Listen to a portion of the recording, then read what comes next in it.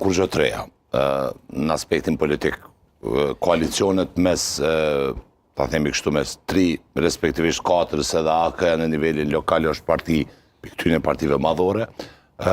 nuk janë risi në këto zgjedhje lokale, janë diçka që ka ndodhur vazhdimisht dhe ka pas koalicione të nduarshme me partner të ndryshëm mes tyne 4 koalicioneve. Çka është përtej niveli qendror, por që po ka impakt shumë të madh dhe mendoj që do të ketë impakt shumë të madh në zgjedhjet e diellës që vijnë. Mendoj që do të ketë ky elementi i personifikimit apo kthimit të nivelit qendror, respektivisht frymës anti-Albin, anti-vetëvendosje dhe frymës vetanake të vetëvendosjes, jo si domosdo viktimizim, po si diçka si kundërfront i frymës anti-Albin. Tash, edhe në backgroundin e sotshëm në studio, i ke nxjerrë 3 pikat kruciale, kyçe, 3 qytetet kyçe, që është Mitrovica, Prishtina dhe Prizreni, që edhe për nga pesha politike janë shumë të forta. Natyrisht Prishtina si kryeqytet e ka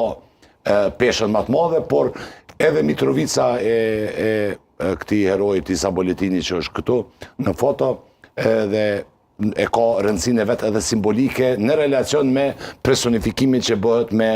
jo domosdo me Faton Pecin, por me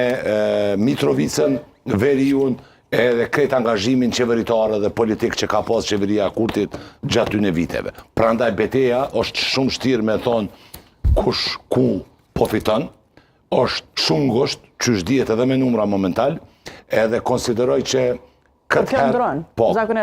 konsideroj që këtë herë është ky pole position, pole posicioni në formull, këtë herë ka më konë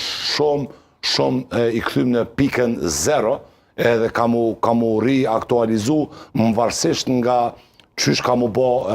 krejt kampanja për fillimit në mes kundër kandidatëve, po sa qelisht në të 3 komunat, preashtimisht pra ju shini sot shumë vështirë